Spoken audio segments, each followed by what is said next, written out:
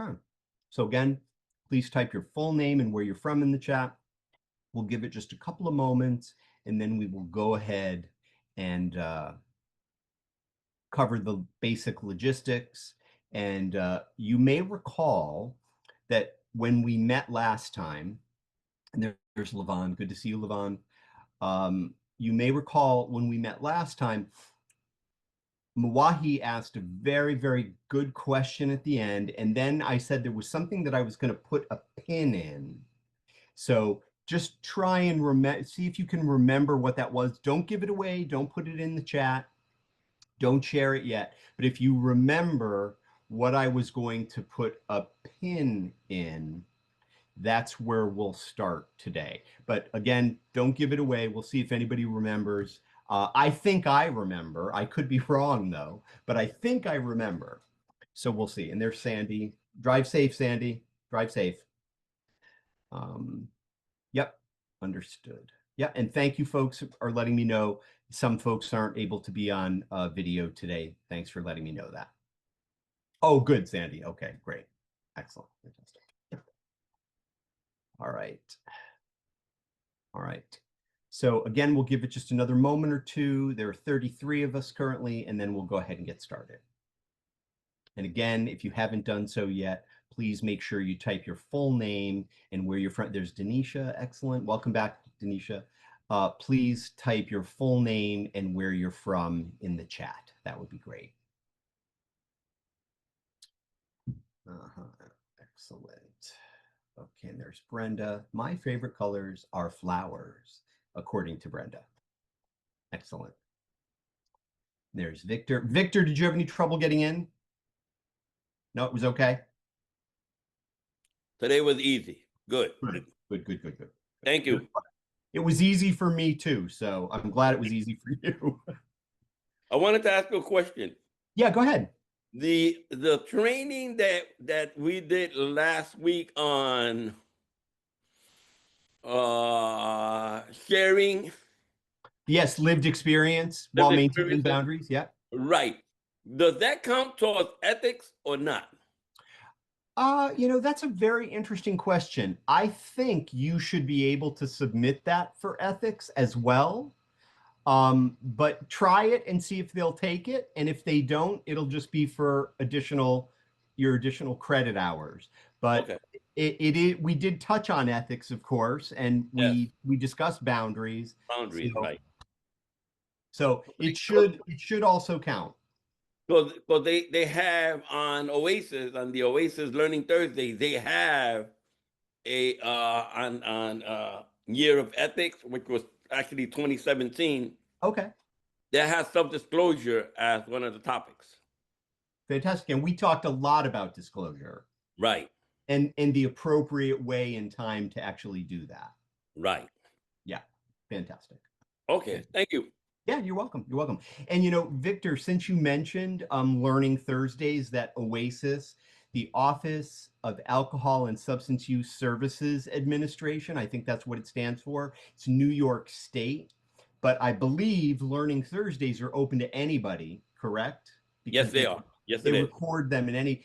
I have been invited with an OASIS staff person to record a 2-part MI training for Learning Thursdays. So that'll be another opportunity if anybody's interested in attending that as well. It won't be interactive because it's just Brian Farr, who's with OASIS, and myself kind of engaging in a conversation and facilitating a conversation between ourselves. But I do think it does count as credit. I think you can get credit for attending those, can't you, Victor? Yes, you do. Okay, good. Very good. Good. Yeah. Antonio, yes, please go right ahead. Is that in person? No, it's actually going to be a recording. Then it will be in the Learning Thursdays library that anybody can access it. And we're going to record it in December. I'm not sure when they're going to launch it. Thank you. You're welcome. You're welcome. You're welcome. So folks, I think we should go ahead and get started with the logistics. I'll just remind you all, if you haven't had a chance to do so yet, please type your full name and where you're from in the chat. So And if you are sharing your computer with anybody, please do type their full names and where they're from in the chat as well. Just a reminder of our guidelines, and then I will ask for a visual, or you can put it in the text. You can type the letter Y in the text. But I will just remind us quickly of our, thank you, Destiny. I think you're the last person now Sarah is. Excellent. So thanks for putting your names and where you're from in the chat, folks. I'll just remind us all of our agreements as we interact with each other. First and foremost, as we hopefully continue to engage in a dialogue. Hello, Carol, good to see you. While we continue to engage in a dialogue, we'll all be using language that is welcoming, respectful, and inclusive of everybody in our learning community. Also, if you're able to, and it works for your particular learning style, if you're able to, please activate your camera and be on camera for the entire conversation. A number of you have already sent me direct messages, let me knowing for whatever circumstances you're not able to be on camera. Perfectly okay. Just send me a direct message. You don't need to send it to everybody, and just let me know that that's where you stand, and I'm just glad that you're here. So in addition to, if you need to step away though, don't hesitate. Oh, and you're not alone, Sandy. Other people in our learning community learn that way too. So again, if you need to step away, don't hesitate to do that. Just send me a direct message and let me know that. And if you happen to be on a train, by all means, participate and use the chat as much as you can, or if you're able to unmute, please feel free to do that as well. Also, you are more than welcome to interrupt me at any point if you have a comment, a question, a reaction. What I would ask is that if Lunia has the floor and is making her point, that nobody interrupt her or anybody else in the learning community. Additionally, I would ask that we continue our way of communicating, of making I statements. I believe this. This is the information I have. This is how I feel. This is my reaction. So I'll just ask, for those of you whom I can see, I'll just ask, can you give some sort of visual that you agree to those guidelines? You can throw popcorn, you can give a thumbs up, whatever works best. For excellent, thank you. And for those of you who I can't see, you can follow Sonia's. Oh, Sonia, you gave a visual as well as an electronic. Thank you. Thank you so much. And you can just type Y in the chat as well. I'll remind everybody too, and this is probably the last time excellent, thank you. I appreciate all those yeses and Ys in the chat. I'll remind everybody that, again, if you haven't done so, please make sure, thank you, Liliana, please make sure that you type your full name and where you're from in the chat, because again, this will be confirmation that you are starting and completing part 3. Hey, Carol, just want to let you know you're unmuted. Did you want to ask something or say something? Carol H. Robertson? No? Okay. All right. If you do, Carol, just unmute again. And there will be a very brief evaluation at the end that I'm going to ask everybody to please complete and share your feedback. Once we get your completed evaluation, we will send you a copy of the slides and a certificate of your 6 hours of credentialing time. Again, if you've been here for the entire 6 hours, we will send you that certificate. And I will do my best to leave a little bit of time at the end so you can complete the evaluation and then go on to your next appointment, because maybe you've booked that far, that close together. I sometimes then book that close together. So I'll try and give you a little bit of time at the end. Okay. So I believe that covers all of. Good to see you for just a moment there, Sandra. Feel free, if you're able to be on camera, feel free. If not, that's okay too. Just let me know. So we ended last time with that excellent sort of doorknob question that Mawahi asked, and we talked a little bit about that. And then I said that we were going to put a pin in something. And Clara, was it you who brought this up, that I said I was going to put the pin in? Or was it somebody else who brought it? It wasn't you, No, I Clara. don't think it was me, no. Okay, all right. It might have been somebody else with the C. I'm not sure. But somebody brought this topic up and I said, let's put a pin in that and we'll come back to it at the beginning of our next time. Does anybody recall what that was? I think I do. Brittany, you remember? What was it? What was it? I wrote it down. It's I can't say the word extrinsic and intrinsic. Fantastic. Thank you so much for saying that. Brittany is absolutely 100% right. And Brittany, oh yeah, and the video, Clara. You're right. You're right. I mentioned the video. So let's start with extrinsic and intrinsic motivation. Brittany, thank you. And you confirmed that I remembered it correctly as well. So I really appreciate that.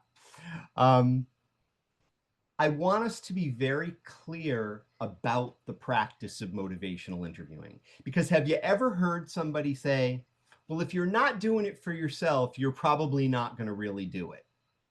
Has anyone ever heard somebody say that? Like, if you're not doing it for yourself, you're probably not going to follow through. So, hey, there's Ishmael. Hey, Ishmael.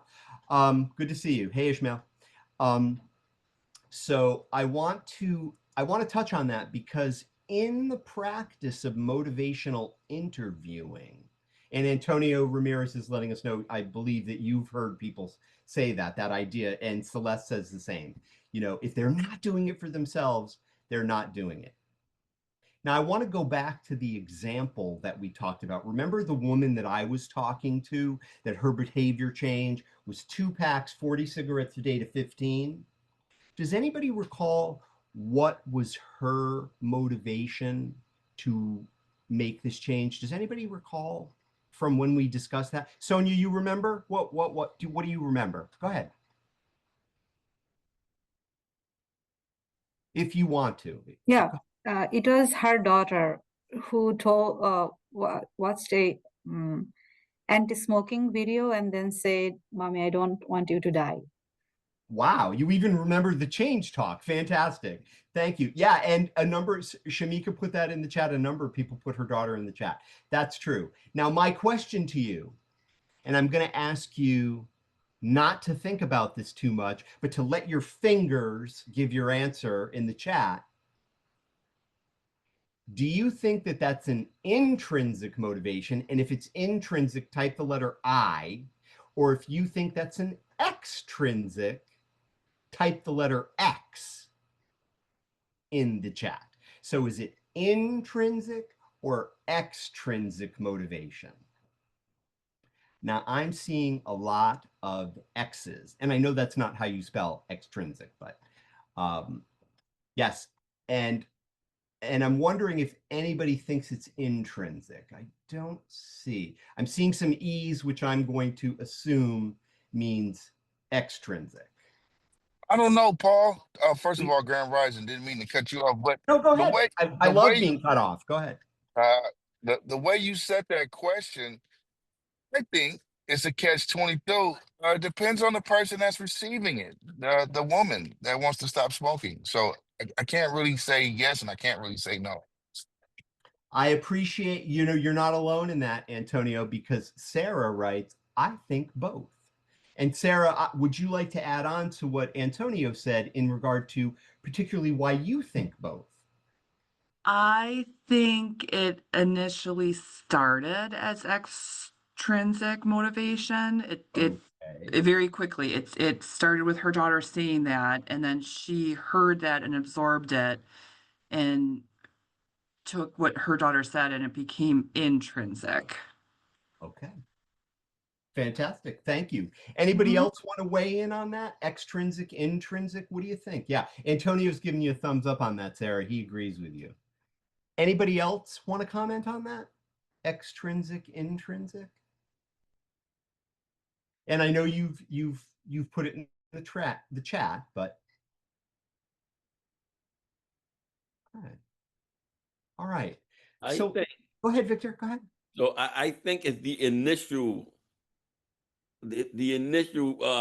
action. So the initial action came from the daughter, which is extrinsic. Okay. Right? And then the mother internalized it. Yep. She internalized it, but it originally came from the daughter. Yep. Yep. It wasn't like one day she just said, like when I quit smoking. Yeah. I quit smoking. I was Yep. cigarettes for $2 a pack. They were going up to $2.25. Yeah. Yeah. Says, that's it. I'm not smoking anymore. Got it. That came from within. Okay. That came from within, right? Okay. The daughter told her, Yeah. "Mommy, I don't want you to die." Right. That came from the daughter. She internalized it, gave that value, Yep. and in turn, she decided that she's contemplating reducing her smoking from 2 packs to 15 cigarettes. Okay. Okay. That's why I think it's extrinsic. Understood. And Victor, if it's okay, can I ask you a quick follow-up question? But Because you, Sarah, Antonio, and perhaps other people think it's both as well. And my question to you is, and again, if anybody else wants to comment on this, please do.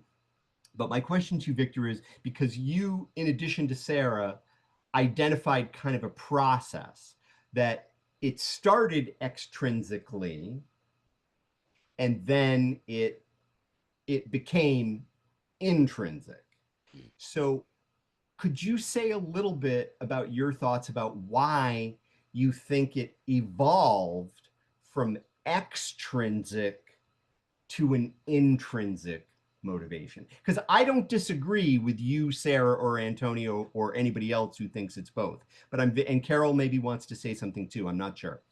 But Yeah. Carol, you're unmuted. Did you want to say something? Yes, I took it as intrinsic just for the fact that my child, he's 29 and he got diagnosed with stage 4 cirrhosis of the liver, and it just hit my heart because I'm a mother and he came from me, and something like that when a child says something, it's, you know, giving birth to the child, it makes it so much hit home. Yeah. Carol, thanks for adding that. Victor, what do you think in terms of how, because Carol just described a very similar sort of the detail about why for her it would be very intrinsic. I'm just curious, what do you think happened with this woman in regard to it? so I think that the fact that her daughter, Yes. it meant so much to her daughter to have her by her side, was the motivational factor. Yep. Right. So it was the daughter's idea, Yep. who saw the commercial of the lady going through the changes she was going through. Yeah. And she was touched to tell the mother, look, mommy, I don't want you to die. Right. If you continue to smoke, this is what's gonna happen to you and you're gonna die. Yep. Now the mother was touched by it. You know, this is like the lady was just saying. Yeah. You know, she was touched by her daughter's feelings about her and the way she felt about smoking. And she considered, you know what? Maybe if I reduce my smoking, I may live a little longer for my daughter. Okay. And again, yeah, go ahead, Mawahi, please. Thank you, Victor. Thank you for considering and answering that question. Thank you so much. Mawahi, please. Oh, I can wait after you finish. No, I'm done. I'm done. Oh. I'm done. I'm done. Oh, so I'm going to kind of agree with everybody. But so normally with the definition of intrinsically, that's an internal kind of switch. And I believe that all motivation is in that internal switch, but we can have extrinsic outside influences that can kind of, because I'm assuming the mother been smoking, probably seen commercials like that before, or obviously been very aware of what cigarette damage can do to her body. Yep. None of those things triggered anything for her, right? It just happened to be that particular moment with the daughter. All of a sudden, something triggered that triggered that inside step that she possibly needed to make that switch. Fantastic. Thank you. Antonio Ramirez, the floor is yours. I just want to acknowledge Ishmael. I know you're here. That's great. And Larry writes in the chat, there was an underlying intrinsic motivator. The commercial boosted the intrinsic value. Then the daughter's extrinsic input validated and empowered the growth of the motivator. Okay. Yeah. Larry, thank you. And thanks for putting that in the chat, even though you don't have a mic. Greatly appreciated. Lunia writes, does having both elements increase effectiveness of change?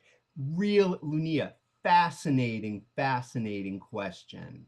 Like if both there's an extrinsic and an intrinsic, does that somehow, very powerful question. And Larry also adds, the reason I feel there is an underlying value is because no one changes unless they want to. And that brings us back to, I think, what Crystal said on day one. I think it was Crystal who said this, that people are not going to fight against what they want. Was it Crystal who said that? Am I remembering that right, that it was Crystal? Yes. Crystal? This is So I Crystal. remembered it right? Yes. Mhm. Okay, fantastic. Antonio Ramirez, the floor is yours, and then we're going to go to Caitlin as well, and then Celeste wrote something in the chat too. Go ahead, Antonio. No. Larry, I believe his name was. Yeah. Okay, so Larry and the gentleman before that hit home on it, but I truly believe, I just want to unpack it a little further. The reason why I said it's a catch-22 is because we usually don't concern ourselves with how dangerous we come close to things until there's a someone that speaks through us. And I truly believe that the daughter, I'm not saying she hasn't seen those commercials. I'm not saying that she hasn't been driving down the street and realized, you know what, I need to cut down on my smoking, Yeah. but you know what I mean? But it's because someone close to her, that's when it hit home. Yep. That's when it became intimate. Yep. And Antonio, I would connect that totally what to Lunia wrote in the chat, the idea of the combination of those two things at that moment. Yeah. Caitlin, the floor is yours. Hi. So Hi. I think I'd like to know maybe a definition for intrinsic and extrinsic motivations, because I'm thinking that we're talking a lot about like wanting to help yourself, it sounds like, for someone else, but I'm thinking of other instances, maybe in pregnancy or breastfeeding, where you wouldn't care about your own, well, you may not otherwise care about your own well-being, but you're caring about the effects it might have on a young child. So that's where I'm thinking it might still be, you know. Yeah. So Caitlin, you've already given yourself half the definition, because what you just described, if somebody was pregnant and they like to have a glass of wine or two, with dinner, and they don't feel that that's any problem for them. If they become pregnant, they may get information that says that consumption of alcohol during pregnancy can actually cause, harms to your unborn child. Now, that would be an extrinsic motivation that I think you could still make the argument on some level that there's an intrinsic element of it. Generally, the way I've heard intrinsic described is when somebody says, I want to stop drinking for me. That's the definition I've heard of for intrinsic, or I want to stop whatever for me. So Caitlin, before we look at what other people wrote in the chat, starting with Celeste, I'm wondering if you have any reaction to that. Do you feel that you've gotten an answer to your kind of two-part question? So yes, and I am conflicted about how I feel about my answer, if it's intrinsic, extrinsic, or a mix of all for this situation in particular, just because we don't know if the woman actually doesn't want to die, or if she doesn't want to die for her daughter. Or it's, Caitlin, yes, and it could also be both. It could be that yes, Lunia agrees with me on that one. It could be that it's both. She doesn't want to die, and she doesn't want to die early because she wants to, have more time with her daughter. So it could actually be both. So Celeste wrote, don't we want the extrinsic to move to intrinsic for the long term? Really interesting question. And, I can't answer it, Celeste, but how I might respond to it is I might say something to the effect of that We want whatever is going to motivate this person the most. We want, and there's a word I'm thinking of, and it begins with the letter I. We want what is most I, and it's the I word. What is the word, Victor? Important. Bingo. Victor's got it. We want what's most important to the person. And I will underline, it doesn't matter if it's extrinsic or intrinsic. What matters is the degree of importance to the person. And clearly, as was observed by a number of people in our learning community, that this extrinsic motivation of the daughter potentially amplified some internal or intrinsic motivation that the mother had, or it evolved into an intrinsic motivation because she wants to stay alive and she wants to stay alive for her daughter. Antonio Ramirez, the floor is yours. Go right ahead. I think you just dropped a counseling gem. You just dropped one. It's not Okay. about what I want for them. It's about what it is that's best for the client and how I can guide the client or the participant in the right direction. Because they're already coming in with that sustained talk, right? Now we try to guide them eventually, not in the beginning, but into the change talk. So I think that's what you're saying in so many words. I'm not here to judge you on what it is. I want to know, what do you think is best for you? Yes. Yes. And we want to understand what's most important to this person. Because I could have said to her, and it would have been inaccurate if I could have reflected back to her, cutting down is really important to you. And that would have missed the boat on the change talk that she offered. Because the change talk that she offered was, your daughter doesn't want you to die. That's the motivator. That's why I verbalized it that way. And, Mawahi, thank you for the compliment about great recall. And I want to put a pin in that for a minute, because I think it's important to come back to that for just a minute. And not so much about me, but about what we're talking about here. An am I consistent approach and the practice of motivational interviewing. So I want to come back to that in a minute. So can we put a pin in that for a minute, Mawahi? And I appreciate your very kind words. Thank you. And Nadia writes, do we really have predictive capability over others?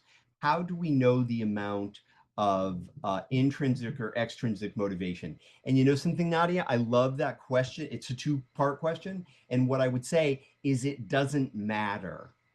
It doesn't matter if it's extrinsic. It doesn't matter if it's intrinsic. What matters is how, and I'm using Victor's word here, what matters is how important it is to the person. And it's important to them. It may not seem like it's very important to us. But we can tell when somebody tells us something if it's actually important to them or not. Because we're attending on those 4 levels. Here, here, here, and your belly as well. Yeah. Vivian adds, healthy emotional attachments can promote change and strengthen motivation. Vivian, beautifully and simply said, I couldn't agree with you more. And Sandra, I don't think it may be simple sometimes, something they want. It's a matter of what weighs more. Yes. Like somebody who needs to stay sober for probation may not want to stay sober, very true, but their want to stay out of jail is greater than their want to use. Exactly. That's really beautifully put, Sandra. Really, really beautifully put. Yeah. So for just a moment, let's come back to Mawahi. If it's okay, can I ask you a question? Okay. So you acknowledged my ability to recall, and I'm curious as to what prompted you to do that. It started from the last one we had. I was saying how you recall everybody's name after. So I remember the first session. Then we had the second one. I remember you acknowledging Ishmael. I remember you acknowledging, and I was like, wow, like I don't know how many people are on here, but I'm assuming it's over 20 something. I was like, oh my God, that's very impressive that you was able to put that together. Then going into the day, you kind of started with something that Kathy, I believe, said from day one. And so I just thought it was impressive the way he was able to remember that. Okay, and I thank you for that observation. And I'm curious, what do you make of my ability to recall what people have said? As And he, oh, I'm sorry, what was that? no, finish your question. No, that was it. What do you make of my my intention and my doing that during the course of our time in the learning community? What do you make of that? That you're paying great attention and that you're totally engaged and involved with all the discussion. It's not just, oh, we just had a group and then you go about your life and okay, let's move on. It showed that you're paying a lot of attention to everything. Thank you. Thank you. And Terry wrote in the chat, engagement strategy. Caitlin writes, it makes me feel valuable and that you value what I've said. And yeah, go ahead, Wanda. Please go right ahead. I think one of the things that makes this whole process very interesting to me is that you as a facilitator, you're modeling what those who are counseling should be doing while you're teaching us. So I these courses were recommended to me. I don't need the credits or anything, but they've been magnificent. So thank you for modeling that behavior. Wanda, you're so welcome. And Wanda, could you just confirm for everybody that we did not speak before today, nor did I pay you to say what you just said? Now, Milwaukee, I paid, but I haven't paid you. I haven't paid you yet. I'm kidding. No, excellent. And Brenda adds that you really care. And Terry also adds, must be cultivated. Yes. And Antonio Ramirez writes, actually, you listen. Great job. Yes, it all comes down to the depth of listening and the desire to understand. Go ahead, Victor, please. Well, so one of the things that, and a lot of facilitators do it, is that anything anybody says, I've never heard you say, well, no, that's not right. That's not right. You agree with it? Because I've heard some things, in these sessions and in a lot of trainings that I say, well, that doesn't sound right to me. I have a difference of opinion. It's a difference of opinion. I've never heard, like, let's say you Yeah. say, well, you know what? I look at that a little different, or I see things a little different, which is perfectly all right, because as clinicians, we're taught not to make clients feel like what they're saying is wrong, Right. because that's gonna deflate their motivation. Yeah. I don't know if that's why you do it, but the way you manage to put things into different contexts makes people feel comfortable. I have to say, you make people feel comfortable and not afraid to speak their mind. Well, that's why we're all You here. haven't paid me neither. You haven't paid me neither. Right. Thank you. Thanks for adding that. But that's why we're all here. And that's why we're a learning community, so that you can speak your mind, so we can explore this together. And Ishmael noted in the chat, you have said there's no right or wrong answer. And let me be very clear, folks, as I think I've said before, the practice of motivational interviewing is not about perfection. It's also not about being right. It's about making a connection and doing your best to really try and understand what somebody is communicating to you. Heather says everyone's checks are in the mail. Thank goodness, because Christmas is coming. If you celebrate Christmas, not everybody does. So, yes. All right. So, folks, again, in Mawahi, I really thank you for your kind words, but I thank you for noting that, because I want to connect it to something that Wanda said, which is that these are skills, folks, that we can intentionally bring to how we are when I have the opportunity to sit across from Brittany or anybody else. We can actually bring these, and they come out of the desire to offer respect, to honor somebody's autonomy, to not judge the person. Victor, you alluded to that very clearly. And to try and create an open conversation where the person feels that what they're offering is valued. And I can honestly say with full transparency, I have valued everything that everybody has shared and contributed, and your presence in this conversation in our time together. So I'm really grateful that we've had this time together. It's not over yet, though. We have a little bit of time left. And I hope we'll see each other in the future as well. We'll see each other in future learning communities as well. I did mention that there was a video that I wanted to show you. Now, I want to be very clear. I don't want to really say much about this video other than that I think I already told you it's a clip from a movie. Okay? It's a brief clip from a movie. And I wanted to show it to you, and I will only preface it with this. Consider as you're watching it or as you've seen it, why is Paul sharing this video with us in the context of this learning community conversation? So why is Paul sharing this video with us in this context of our learning community, focused on the theory and practice of motivational interviewing? Okay, so that's really the only thing I want you to consider as you watch the video. And then we'll have a little bit of a discussion about that, okay? All right. So let me, Heather, thank you. That was very funny. Everyone's checks are in the mail. So let me just get that video. Hold on just a second.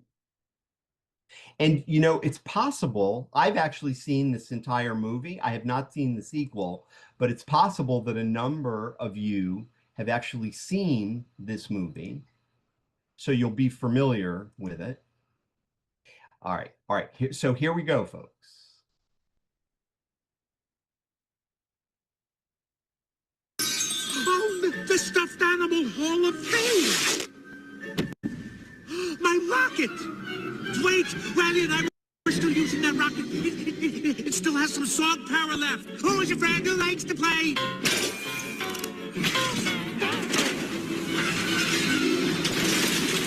No, you can't take my rocket to the top. Riley and I go to the moon.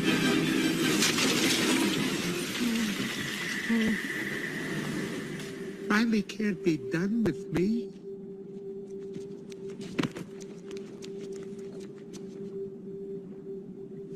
Hey, it's gonna be okay. We can fix this. We just need to get back to headquarters. Which way to the train station? I had a whole trip planned for us. Hey, who's ticklish, huh? Here comes the tickle monster. Hey, Bing Bong, look at this. Oh, here's a fun game. You point to the train station and we all go there. Won't that be fun? Come on, let's go to the train station. I'm sorry they took your rocket. They took something that you loved. It's gone. Forever. Sadness. Don't make him feel worse. Sorry. It's all I had left of Riley. I bet you and Riley had great adventures. Oh, they were wonderful. Once we flew back in time, we had breakfast twice that day. Sadness. It sounds amazing. I bet Riley liked it. Oh, she did. We were best friends. Yeah, it's sad.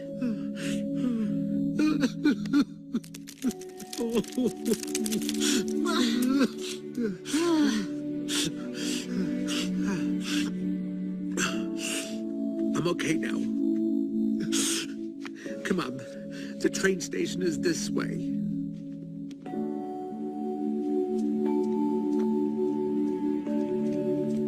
How did you do that? I don't know. He was sad.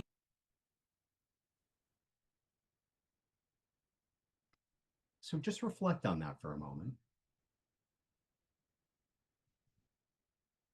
And any thoughts about the question that I posed? Why I'm sharing? Denisha, did you raise your hand? No? Okay. All right. Just get some. So any thoughts about why I shared that little clip with you? Why it's Sandy just put something in the chat. So let me read what Sandy put in the chat. And then anybody who wants to unmute can comment on it. Sandy wrote, she validated his feelings and empathized. She met him where he was. Okay. And Brittany adds, the second one is really good too. Okay. Good recommendation. Excellent. Yeah. Brenda writes, affirmed his feelings. Yeah. Yeah, go ahead, Wanda, please. The first lady, I felt like she was trying to change his feelings. And the second character met him where he was. And I think that's a good example for those counseling. You can't change someone's feelings, right? But you can empathize with them to the point where they become vulnerable and open up and then are able to move on. It was a great clip. So meeting them where they are and then allowing them the space to open up and then maybe go forward if that's what's appropriate. Yeah. Brittany, the floor is yours. By the way, the name of the movie, Mawahi, is Inside Out. Yeah. Go ahead, Brittany. The floor is yours. I'll piggyback off of what she said because that was the main thing that I picked up. It was empathy. Like there was a lot of empathy. She used it because yes, we meet them where they're at, but even if you're meeting them where they're at, if you don't show empathy, then a lot of times you'll hit a brick wall. And so empathy, I think, is very, very, very important in that scenario. And don't Shanika, don't lose your thought. Okay. I just want to touch on something that Brittany said. So you're next, Shanika, and then we'll go to Antonio. Don't lose your thought. Brittany, I'm very intrigued by you said if you don't show empathy, we can hit a wall. And I guess I'm wondering, in addition to not wanting to hit that wall, why else might we show, if you're open to answering a question, why else we might want to show empathy? Because we want them to know that we feel too. We don't want them to think that they're talking to a brick wall or that they're talking to someone who hasn't had the same feelings before or hasn't been in similar situations as them before. You want them to know that you're human as well and you're not a robot. Because a lot of people, when they come in, they just think that you're there to tell them what to do and stuff like that. But you want them to know that you're listening, you're paying attention, and you have had those feelings and that they may not have been the same situation, but you can empathize with them on the feelings that they're feeling. Brittany, thank you. Thanks. Shanika, thanks for your patience. Please, the floor is yours. I think that clip was a great example of, competing motivations, right? So sometimes,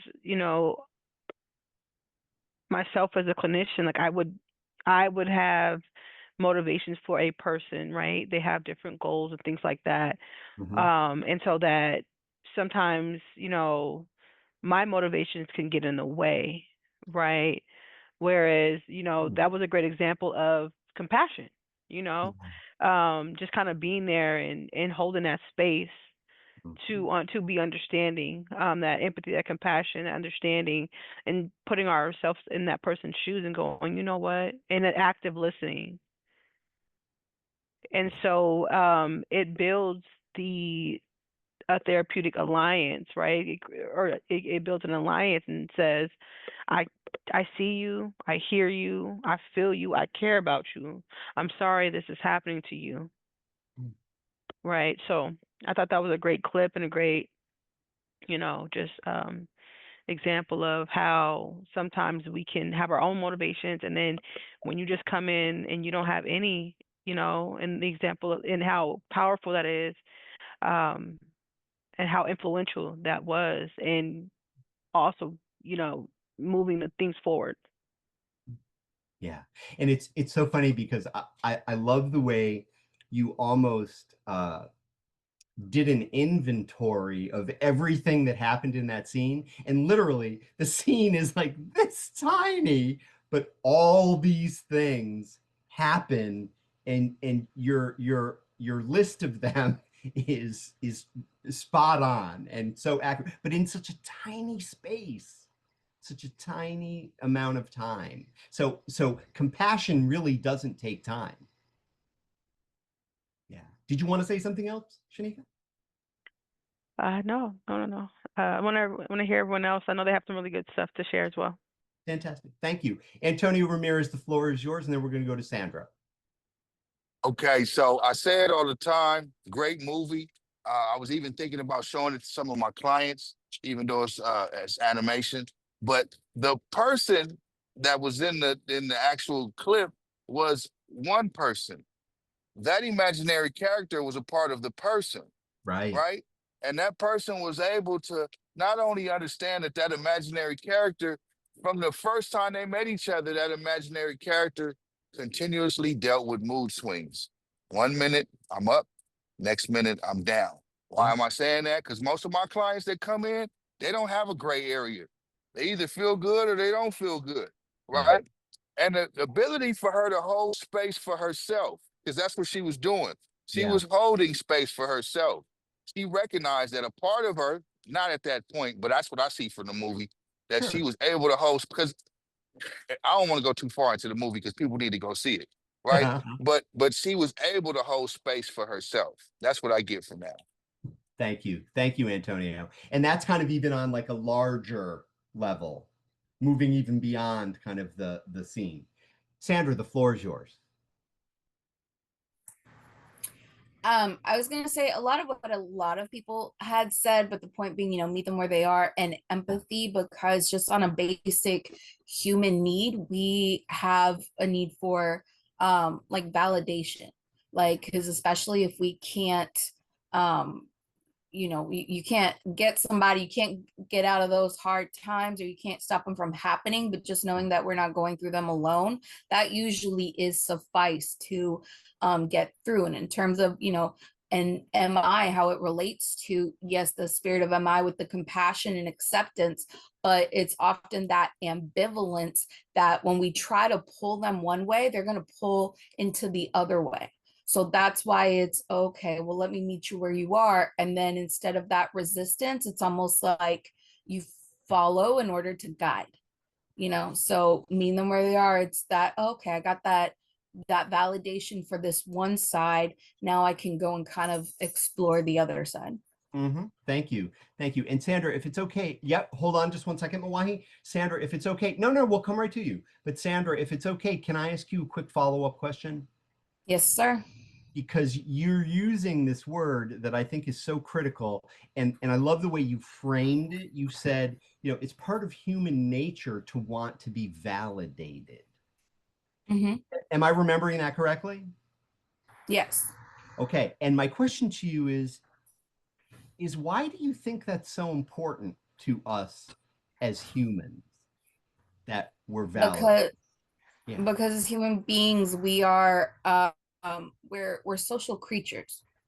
Society like wants us to like praise, okay, independence, but we're not wired that way.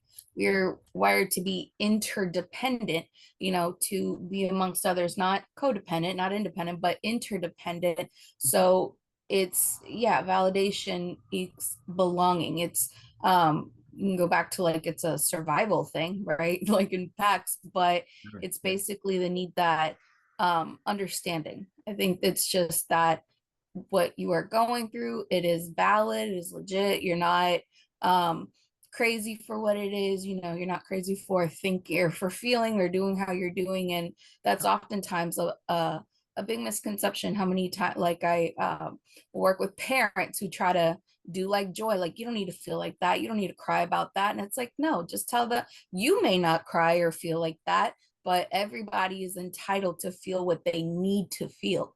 And our feelings, it's not a weakness. I love this movie. I've done like deep lectures and stuff on it, but The Depth of Disney. But it's, yeah, just feelings are not a weakness. It's actually a human response. It's a response actually to our environment, right? But just emphasizing that it is temporary. Our emotions are temporary. Just like you've felt joy, you're going to feel sadness, you're going to feel anger, you're going to feel that throughout your lifetime. So knowing how to accept it, how to process it, how to deal with it, move forward, you know.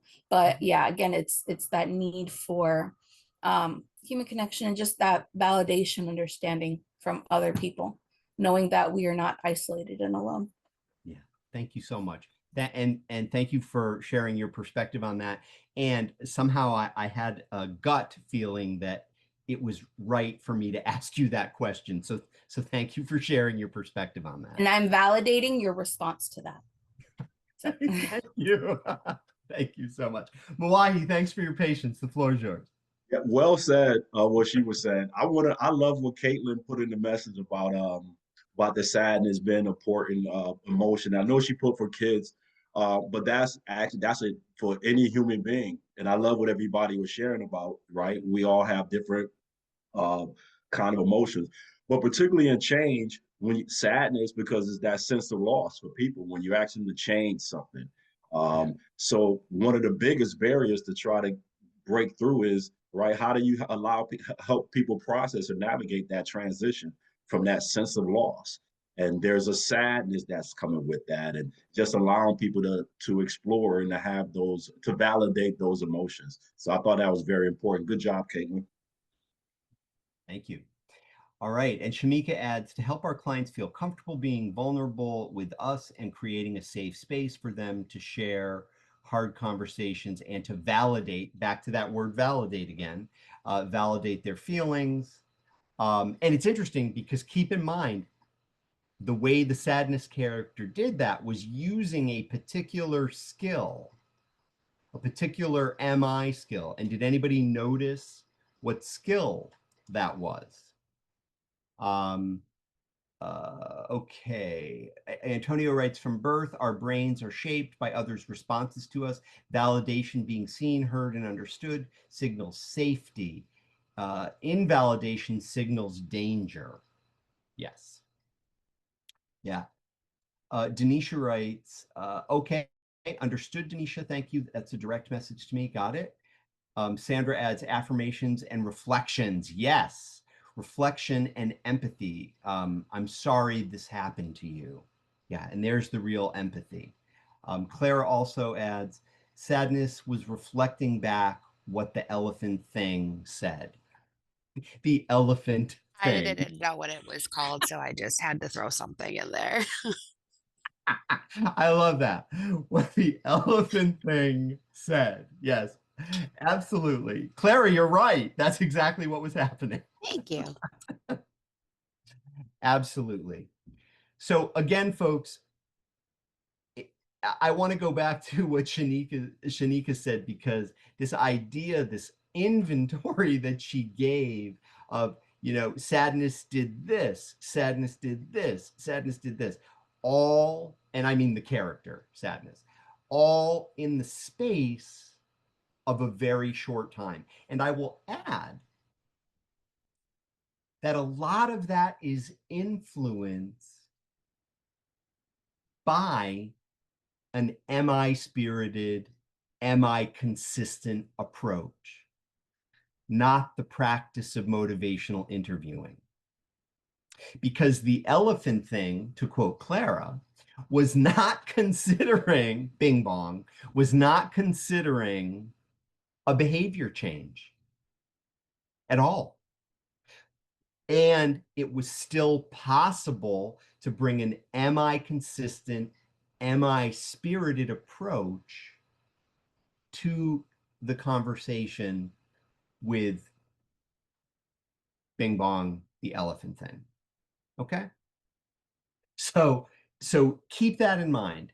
And Clara writes, Joy wanted them to heal and get better on her time.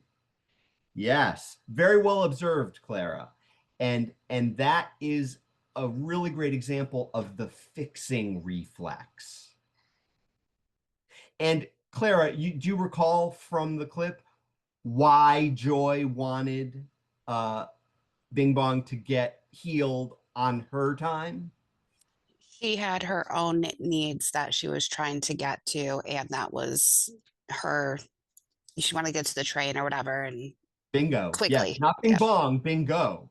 Yes, yes. She wanted to get to the train, and well observed, Clara. She had her own agenda, and her agenda was more important than Bing Bong's agenda.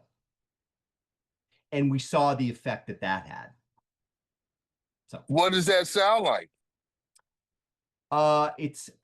I'm not exactly sure what you're getting at, Antonio. What do you mean exactly? Well, in drug court and SUD counseling, what do our clients want? They want what they're trying to get to.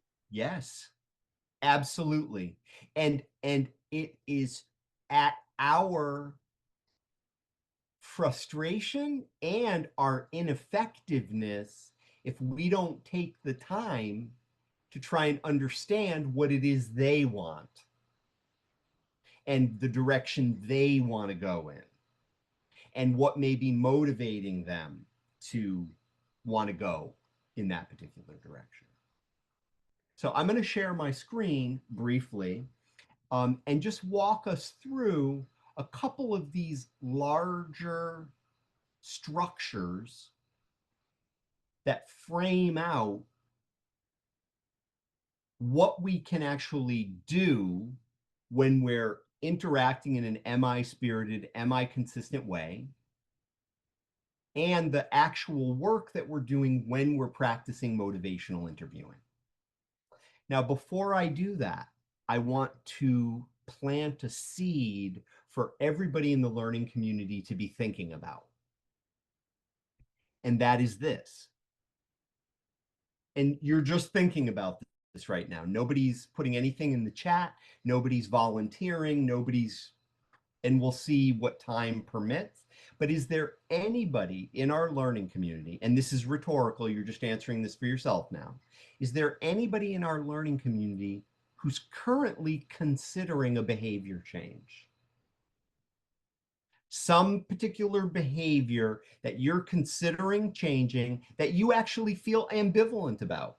Part of you wants to keep doing what you're doing, and part of you wants to make a change in what you're doing. So I'm going to ask you to just be, Michael's thinking about it really a lot. Michael, I could tell by the look on your face. So I just want you to be thinking about that.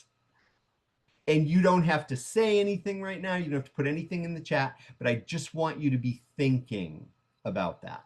If you personally are considering any kind of behavior change that you feel ambivalent about, and I'm going to give you a concrete example of a behavior change that I thought about for a very long time and then was able to take action, make a plan, and then take actions to achieve. And this may seem very simplistic, but again, it was just a particular behavior change that I was considering. I don't know if anybody in our learning community drinks coffee, but I do. And I didn't start drinking coffee until I was 55. I didn't drink coffee before then. And, join me in another learning community conversation, and I'll tell you why at 55 I started drinking coffee. But I started drinking coffee and I really like it. I like coffee a lot. I find it very enjoyable. And when I first started drinking coffee, I was drinking French vanilla creamer with it. And I don't know if you know this, but French vanilla creamer has a lot of calories, and it's got sugar. And Diana's like, yeah, it definitely does. And my clothes started not fitting, and I started putting on weight. And I thought, oh, it's because I'm drinking too much French vanilla creamer. So I went through a whole process of ambivalence because part of me wanted my clothes to fit, and another part of me really liked coffee with French vanilla creamer. So I literally went through like a whole year-long process of measuring exactly how much I was using, of switching to some sort of alternative. And the point that I'm making here is that I actually was able to take steps, and I no longer use French vanilla creamer except in one circumstance. And now my clothes actually fit better. But I only use French vanilla creamer in one circumstance. I don't use it any other time. I now use oat milk in my coffee. So my behavior change was to almost eliminate French vanilla creamer and use oat milk consistently. And I am in maintenance now. I am maintaining that change. So stay until the evaluation, and I will tell you the one circumstance where I actually use French vanilla creamer. All right, I'm going to share my screen right now. But again, I'm asking you to be thinking about, are you personally thinking about a behavior change? Michael, I'm not looking at you. Are you personally thinking about a behavior change that you feel ambivalent about? Okay, so I'm just asking you to consider that. And time permitting, we may get to do something with this, or it will be enough for you to simply have thought about it. Okay, and that'll be time permitting. All right, I'm going to share my screen again. And by the way, thank you all for your comments in the chat and your comments verbally in the learning community. Vivian writes, coffee is my therapy. Vivian, I like it. It's my ritual. And again, join me in a future learning community, and I'll tell you why at 55 I started drinking coffee. And it definitely is a ritual for me. But I thank you for your comments and your insights into that little clip that we watched. And to quote Brittany, the second movie is good too. I have not seen it, but I trust you, Brittany, so I'm going to look it up. And Sandra writes in the chat, I love it. Sandra just wrote in the chat, I'm suspicious of people who don't drink coffee. Well, Sandra, you would have been suspicious of me for a very long time. Excellent. All right, I'm going to share my screen. So folks, these are the three primary components when you're thinking about the overall structure that is involved in this evidence-based practice. There's MI spirit and MI consistent approach. We talked about that. And the character sadness demonstrated an MI consistent approach beautifully in that little clip. Then there is something called the 4 tasks. And these used to be called the 4 processes, but in the 4th edition of Miller and Rawlink's book, they've been renamed the 4 tasks. And basically, this just lays out a sort of a guiding blueprint of the tasks that we continue to do while we're engaging in the practice of motivational interviewing. And then OARS, people are very familiar with. These are the core communication skills that folks use. And again, these are not exclusive to the practice of motivational interviewing. As you saw in that little clip, Sadness did a beautiful job of empathic reflection and again was not practicing MI. So we use these skills all the time. So they're pretty normal, and they oftentimes there can be confusion because people think, well, if I'm using an open-ended question, if I'm offering an affirmation, a reflection, or a summary, clearly I'm practicing MI because of OARS. No, you're simply using a core communication skill. And you may be using it very appropriately and very effectively for that moment. when we use them in the practice of motivational interviewing, they are in service of the two things we're trying to do when we're practicing MI, helping that person explore both sides of their ambivalence and helping that person to verbalize and identify their motivations or motivation for considering a particular change. So we're using those core communication skills as in an intentional fashion. And that's what then constitutes them being used in the practice of MI. So let's just take a slightly deeper look at MI spirit or an MI consistent approach. It is essentially the way you are when you're interacting with the person. Again, we saw a beautiful demonstration of that in the little clip, and hopefully I am doing my best to model an MI spirited, MI consistent approach by engaging in a collaborative partnership with you as two people who both have expertise and walking, and I'm thinking of Antonio Ramirez as I say this, walking together on a journey in addition to acceptance. And let's be very clear about what acceptance means as defined by MI Spirit, MI Consistent approach. It's sometimes referred to as the 4 A's. The first of those is what's called absolute worth, meaning that you are interacting with this person that they have value as a human being simply because they're another person. And that's called absolute worth. We also want to affirm any of their efforts or strengths. So it's a strengths-based affirmation. The other 2 A's are we want to emphasize the person's autonomy. We want to give them the space to make the decisions, choose the direction. And then the last one is what's called accurate empathy, which is that we are doing our best to understand what the person is communicating to us and accurately reflect that back to them on a concrete level and also on an affective or deeper level. And then there's compassion. And again, compassion, empathy, we are paying attention to what this person is feeling, and we are offering compassion and empathy in regard to that. And then empowerment. And in an MI spirited, MI consistent way, empowerment simply means that we want to create an opportunity for this person to exercise their ability to choose, to make a choice, to choose the direction. If you add these up, PACE, it spells pace. And that can be a way to remember the 4 components of MI spirit. Now, be very clear. In that clip, I very clearly underlined that that was not the practice of motivational interviewing. It was a wonderful example of an MI spirited, MI consistent conversation interaction.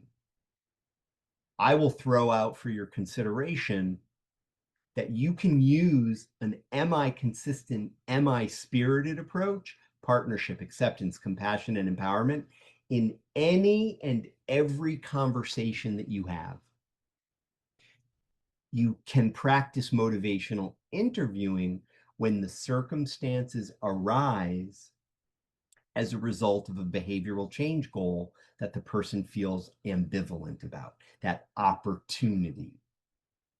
Now, you bring an MI consistent, MI spirited approach to the practice of motivational interviewing, and additionally, you intentionally bring in and fuse it with the technical use of some of the tools and skills of the evidence-based practice of motivational interviewing. By the way, as I'm covering any of this, as I'm laying any of this out, if anybody has reactions, comments, questions, information you want to add, interrupt me. Just unmute or put it in the chat and I'll do my best to try and read the chat. But feel free to unmute, question, comment, react. Feel free to interrupt me. We said that am I spirited, the way you are, is one of the core components. These 4 tasks are the things that you do. Now you'll see that bottom step is engaging. And let me say, use your imagination and imagine underneath engaging, it says, am I spirited? Am I consistent approach? And imagine if you see that written out there, that all the other steps are built on top of the presence of that am I spirited, am I consistent approach, which aids in the engagement of the person. Now, I want to go back to, I think it was Clara's observation, and Clara, you'll let me know if I have this right, but I think it was your observation that Joy in the video had her own agenda. She didn't even take the time to engage in an am I spirited, am I consistent way, because she wanted to get to the train station. And again, we saw the result of that. So I just want to underline, folks, that when we are moving toward the practice of motivational interviewing, we want to make sure that the foundation, that interpersonal relationship, becomes the important foundation upon which, when the opportunity arises, we can then practice motivational interviewing, which leads to the second step, which is called focusing. And focusing is simply where the identified behavioral change goal, the thing that the person feels 2 ways about. And for me, the example that I gave you was French vanilla creamer. Part of me wanted to stop it or cut it down. And then another part of me wanted to keep using it. So that was my focus. That was where my behavioral change goal was identified. The next step, and sadly, this is often the step that is skipped, and I would throw out, it is the engine of the practice of motivational interviewing, is the evoking. And evoking is simply intentionally guiding the person to talk about their desire to make the change, their ability to make the change, their reasons to make the change, or their need or needs to make the change. And evoking is creating the opportunity for the person to talk about those things, because that is where their change talk is going to come out. And we can put to work what is called naturally occurring change talk. The person just offers it because they're in conversation with us. And we can intentionally use particular types of open-ended questions or reflections to draw out the change talk from the person and then put that change talk to work. Now, when we are ready to move to the next task, which is planning, and sadly, what can happen a lot, and I don't know, and please use the chat, if you've ever seen this happen or you would agree with this statement, you can type an A. If you disagree, type D. And if you're unsure, type U. And don't vote yet because I haven't made the statement. What seems to happen a lot is that people who are newer to motivational interviewing will do a great job engaging using an MI consistent, MI spirited approach.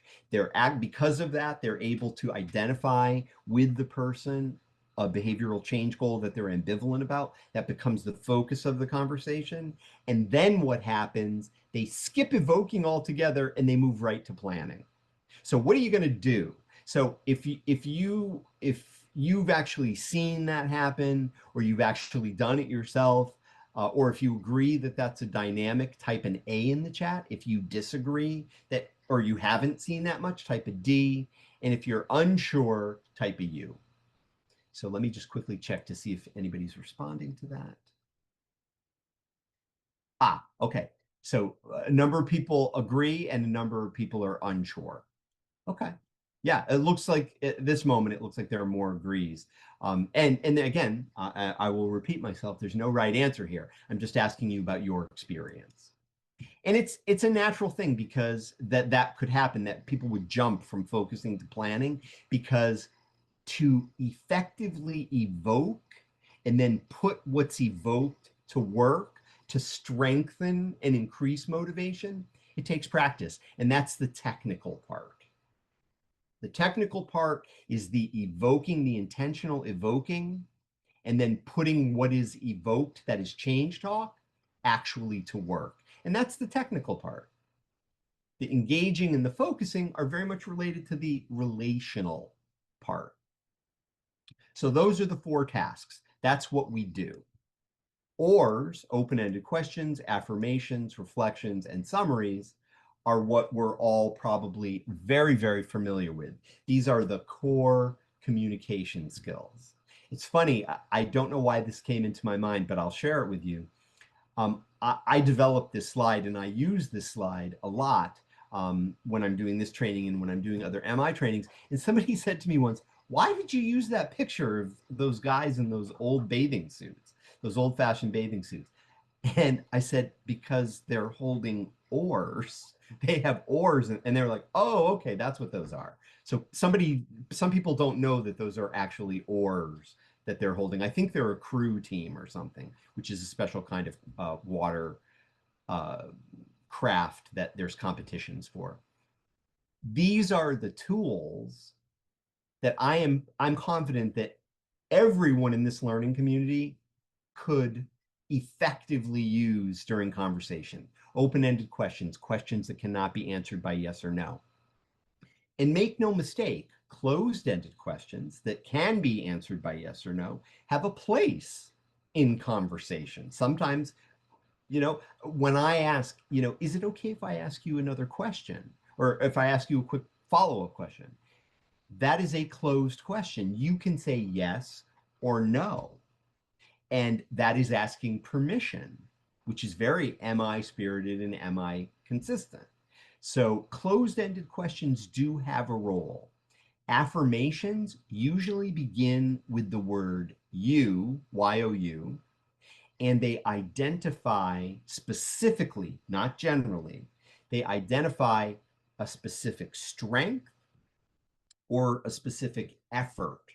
There's been a recent development in the practice of motivational interviewing, which is what is called simple reflections or simple affirmations or complex affirmations. And simple affirmations are positive, supportive, encouraging statements. Complex affirmations talk about, and I'll give an example. You've given this a lot of thought and made a decision about which direction you're going to go in. I'm affirming the person's thinking and their having made a decision.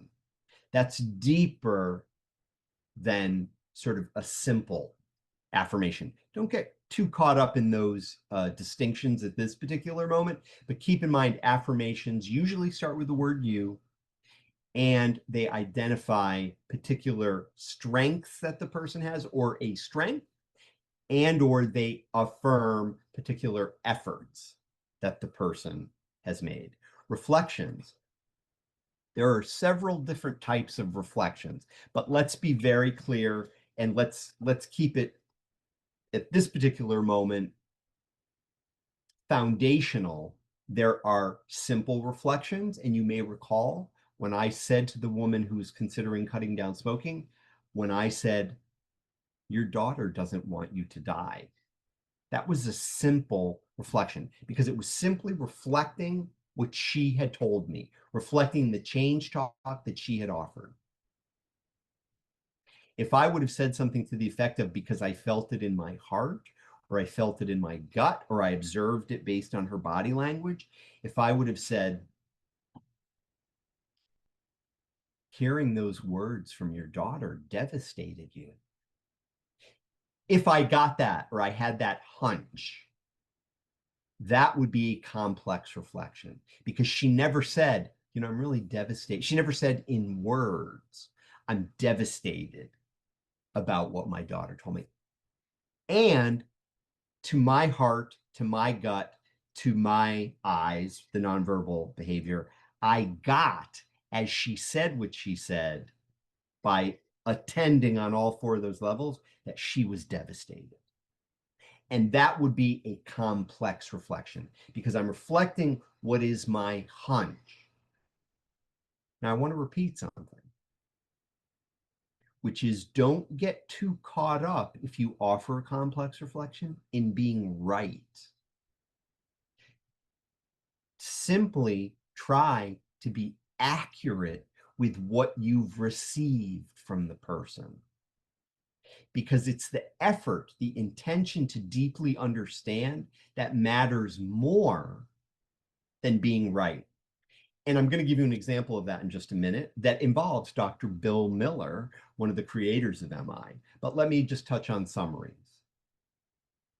Summaries are an intentional collection of a number of things that the person has said and handing that summary back to the person.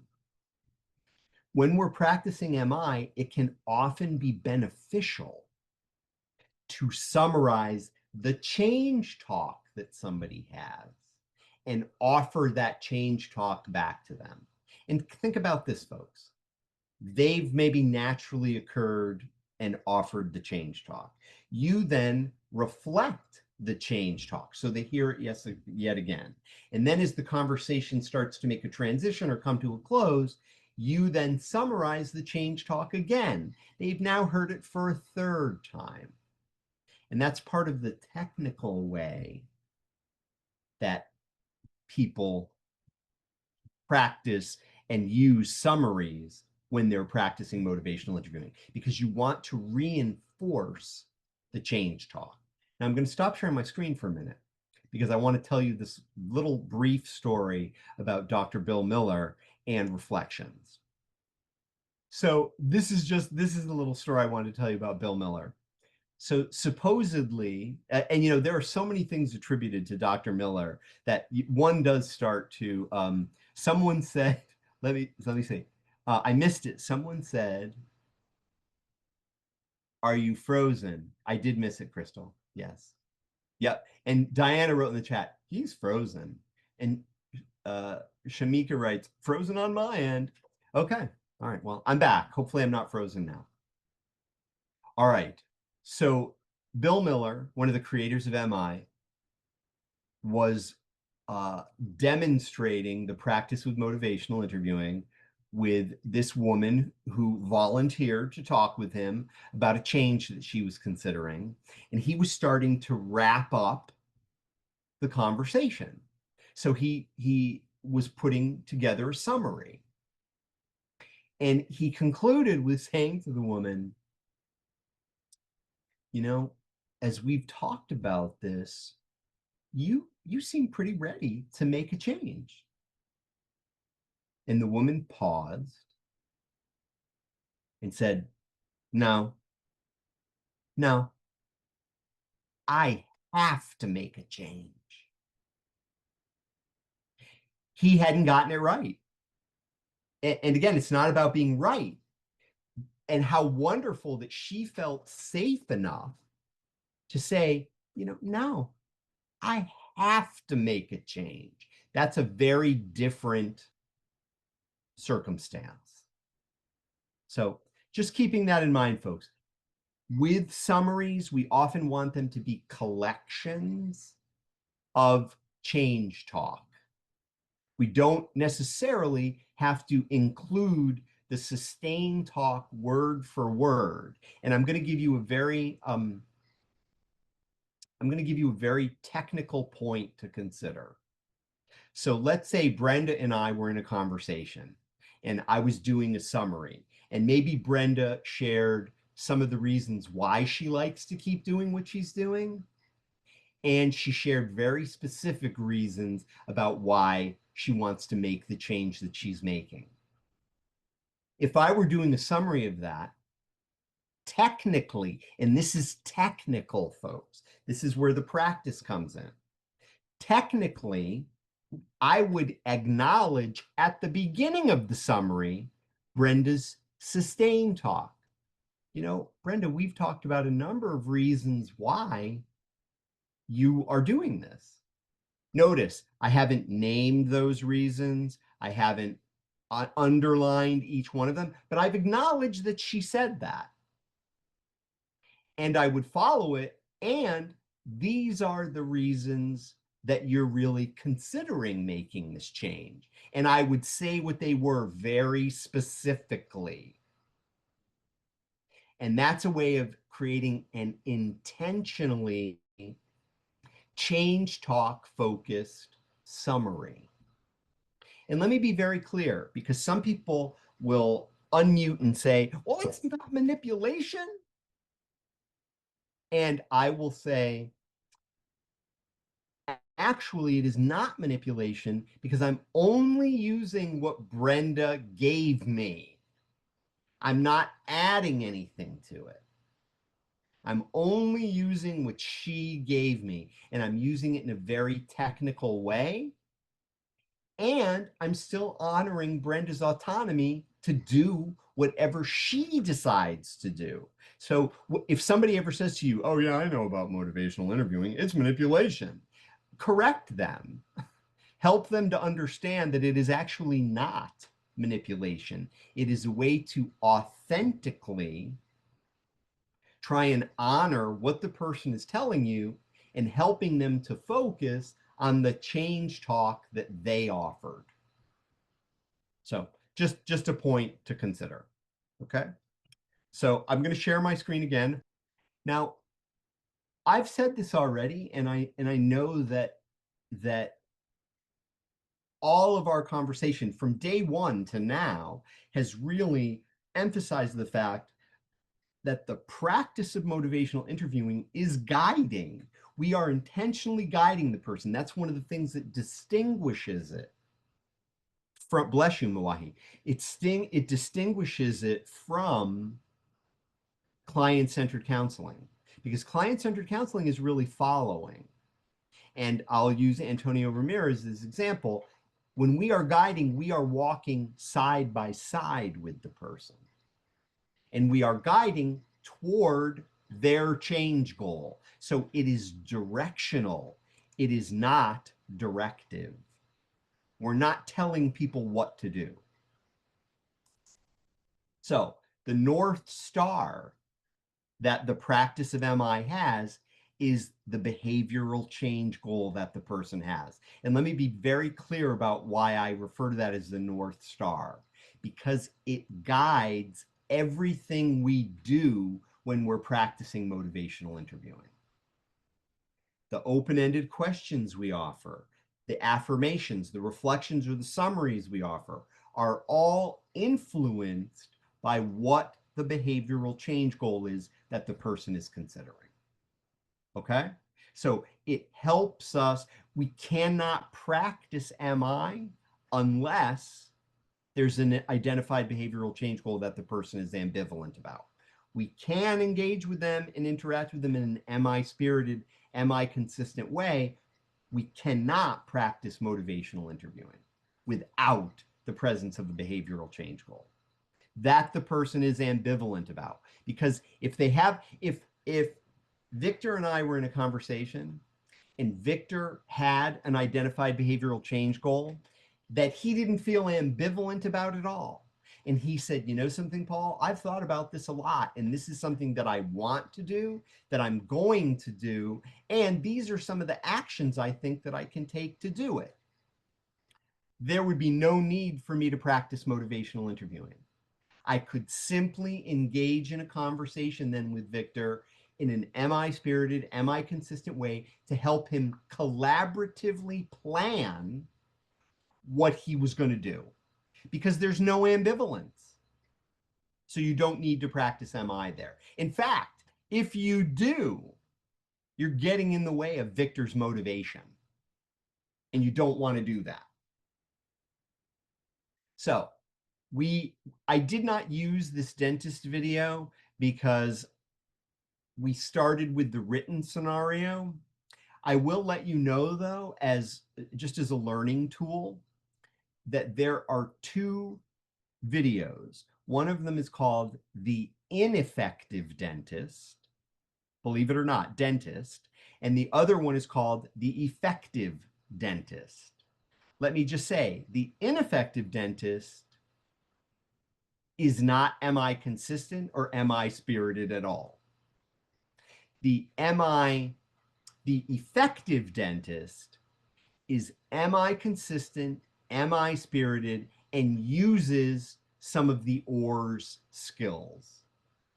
I am very confident in this learning community that if you were to watch both of those videos, you would know exactly why the dentist was not MI consistent from the first video, and you would also know what the dentist was doing that was making her interaction MI consistent and MI spirited. I am confident that anyone in this learning community would be able to identify that like that right now. So I just share that with you is if it's a resource if you actually want to use it. We've mentioned change talk a number of times, and I want to underline that, and I want you to have an example, a definition, is that change talk is anything the person says that they verbalize in the direction of the change linked to a particular behavioral change goal.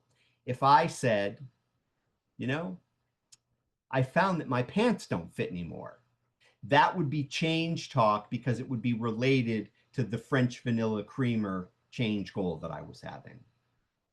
And because I offered that information, you may want to do something with that change talk that I offered. Okay? And that is what we would call employing the change talk. And I'll just add, folks, that I have had the great opportunity to listen to many audio recordings of people practicing motivational interviewing. And one of the things that I've observed is that two things I'll point out. One is that naturally occurring change talk will happen and they ignore it. They totally miss it. They don't put it to work. Or they will very skillfully evoke change talk and then they don't know what to do with it, so they ignore it. And this is not in the slides, but I want to share it with you. When you hear the person offer change talk about a specific behavioral change goal that they're considering, that your conversation is focused on, you can do one of 4 things with that change talk. 1, you can ask for elaboration. You can ask them to tell you more about that, which will generate more change talk. You can affirm any strengths or efforts that are contained within that change talk. You can reflect their change talk back, or you can summarize it. That is the technical part of practicing motivational interviewing. When the person offers the change talk, or when we evoke the change talk from the person, we put their change talk to work. I frame that is don't leave money on the table. If they put that gold on the table, spend it with them. Put it to work. Ask for elaboration, affirm any strengths or efforts, reflect it, or summarize it. Okay? That will help strengthen it and possibly invite more. All right.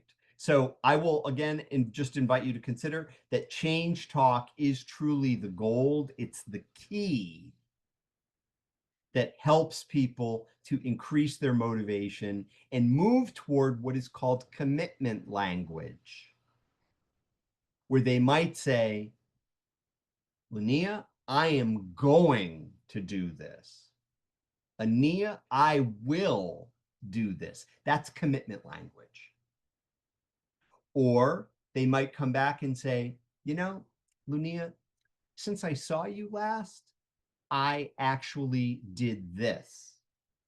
That is called taking steps if it's in relation to the behavioral change goal.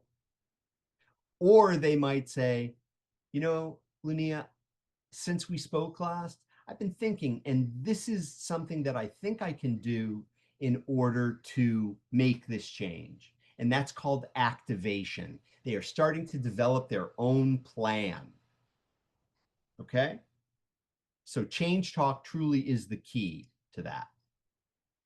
This is another scenario that I decided not to use because I used the scenario with Tara in the beginning. So I purposefully chose not to use this one. And what I will just simply say in regard to it, it's just an example of the worker being, am I consistent and am I spirited, and starting to move into focusing and then possibly practicing motivational interviewing. So it's just simply a scenario that we would have looked at together. So one thing I'll throw out for everybody to consider is many of us, whether we've participated in formal or informal training or education of any kind, just in life in general, many of us have been trained or conditioned to ask a lot of questions. And in the practice of motivational interviewing, you actually want to try and do twice as many reflections as questions. You want to actually reflect more because it's a way of helping the person to feel heard and understood. And it's a way for you to find out more, because often what will happen with a reflection, and remember, reflections end in a period, they're statements. When you offer a reflection and let it just sit there for a minute, it will often prompt the person to say more. So you don't need to resort to a question. But in the practice of motivational interviewing, we want to try and do more reflections than questions. So just keeping that in mind as kind of a technical component. You may have noticed that during the course of our conversation, there are several times where I've asked permission, where I have, and Mawahi, I said this to you, I think a couple of times, would it be okay if I asked you a follow-up question? I want you to be very clear. There's a reason that I did that. And does anybody want to unmute and suggest why I might do that? Why would I say to Mawahi, you know, would it be okay if I asked you a follow-up question? Anybody want to comment on that? Anybody want to throw out why I might do that? Yeah, go ahead, Juan. For one, it offers respect. You're respecting that person's choice. Yep. Yeah, absolutely. So I'm respecting, I'm letting them make the choice. I'm letting them exercise their autonomy. Antonio Ramirez, go right ahead. What my predecessors call that is we're creating a safe space. Yes. Yeah. Yes, it's creating a safe space. And Mawahi adds that it's permission. Sandra says that it's empowerment. Clara adds gives them control of the conversation. All true. All of the above. Now, I'm going to tell you something that, well, I think it'll just absolutely make sense to folks here. And if it doesn't, feel free to comment or question. And I'm going to say this with all sincerity, and actually I'm going to take the screen down so I can see your faces. I'm going to say this with all sincerity. Every time I have asked anyone in this learning community, I've asked for your permission it would be perfectly okay if you said no. I am prepared to accept whatever your answer is. And I will just throw out for your consideration, if you're not prepared to accept whatever the person's answer is, don't ask their permission. Because I have so many times listened to people say in audio recordings, oh, Jacqueline, would it be okay if I asked you a question? So tell me, Jacqueline, when was the last time you were, never waiting for Jacqueline to answer the question, just moving through the, you know, the mechanics of I asked. So just keeping that in mind. True. I encourage my clients, this is Shamika, just put something in the chat. I encourage my clients, I encourage my clients change talk by showing excitement for their decisions and giving them praise. Wow, that's great, while smiling. I'm so happy for you. Please let me know how you'd like to be supported as you work toward your goals. And then I also give them permission to make mistakes or change their mind. Okay, take baby steps or to fall back into habits you deem as bad for you. You are human. Humans make mistakes and are creatures of habit. So making a mistake or going back will not make you a failure. So basically, Shamika, it sounds like you're also just normalizing the process that people go through to change. It's not like, I'm going to stop drinking French vanilla creamer and then I never do it again.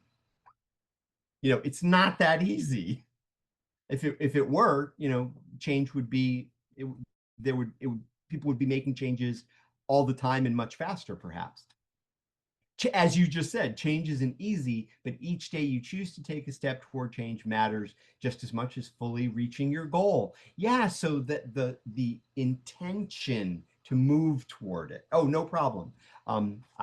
Hopefully I did justice to that. And Sandra adds, if change were that easy, we'd all be out of a job. Yes. That's very true, Sandra. That's very true. Yeah. Yeah. And you know what? I wouldn't mind being out of a job because I'd get a different one. But that's not the case at this point. I'm going to share my screen one more time.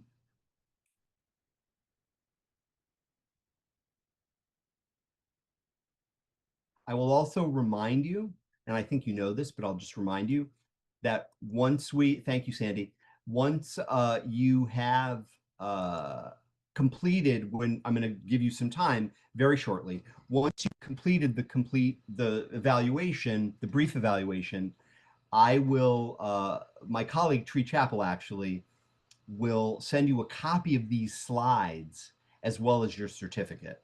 So keep in mind, these slides are available to you and you can use them and share them in any way that is, you know, supportive or beneficial to you and your work and your colleagues.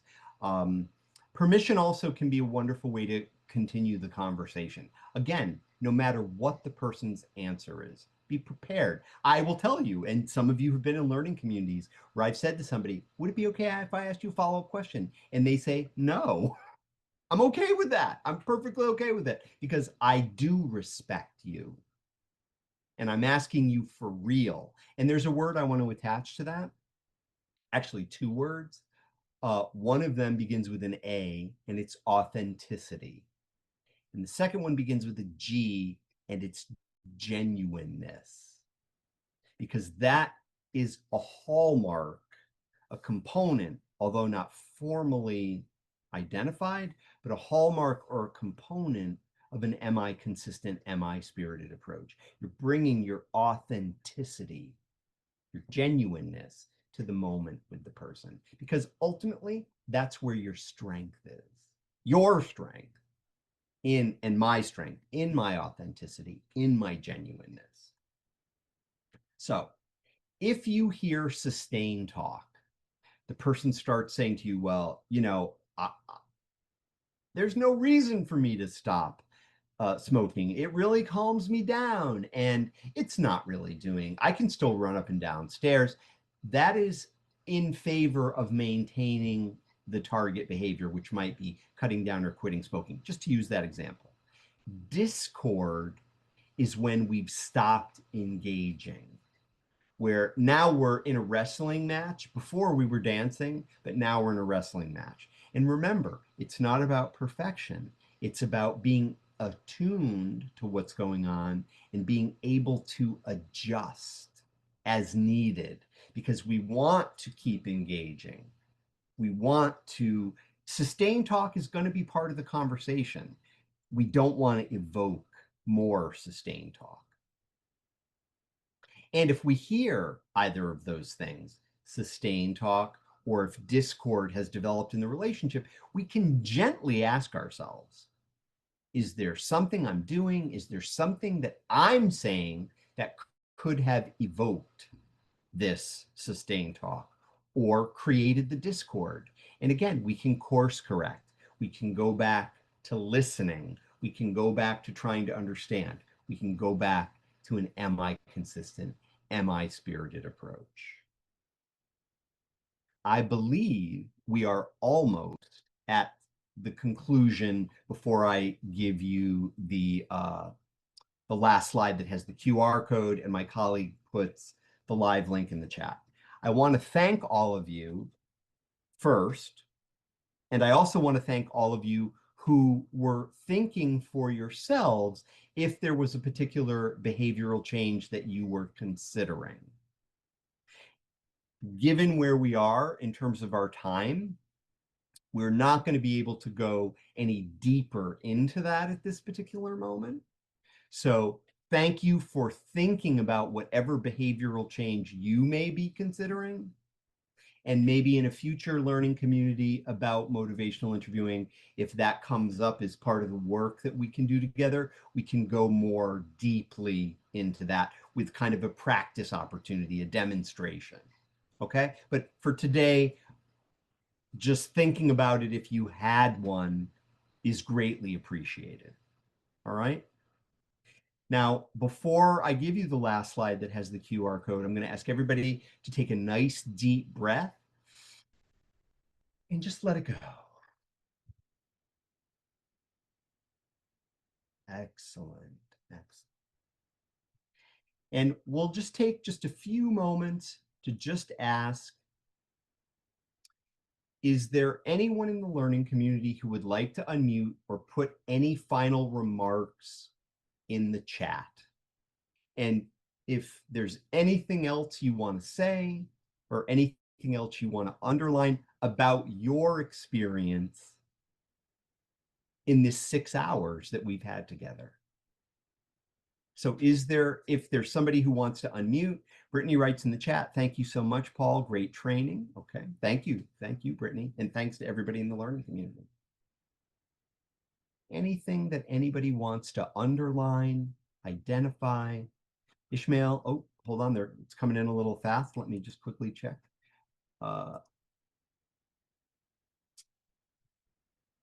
Thank you for the experience. Donald, thank you for the continued great training. Shamika, during an internship I did for my BSW, one of the ladies I trained with was talking to a client who needed assistance with food, but she wasn't comfortable providing the social worker with personal information yet. And the social worker said, well, you must not be that hungry then. I can't help you if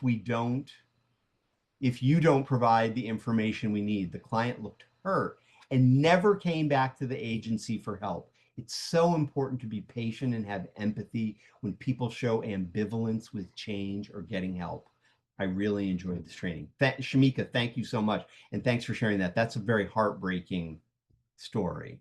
I love hearing these perspectives. Thank you so much. I like the participation in getting to know the people here. Sharonda says, Paul, this training has been very insightful. I enjoyed your training style. I will be meeting my clients with more patience and calmer demeanor going forward, says Michael.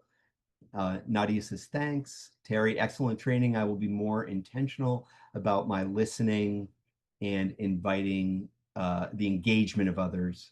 Wonderful. All right. Folks, again, I cannot thank you for your participation, everything you offered. Liliana writes, thank you for the great experience. Levon, thank you, Paul. Until next time, I feel like we're cousins now. Fantastic.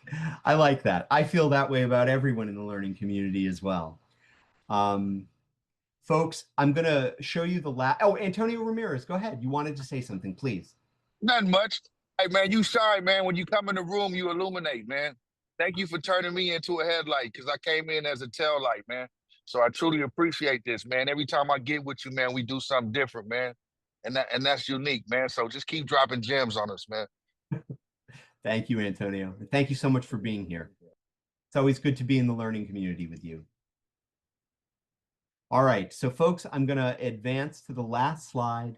Again, please take a moment and complete the brief evaluation. We will send you the slides, we'll send you your certificate, and my sincere hope is that we see each other in another learning community going forward. So thank you so much for your generosity.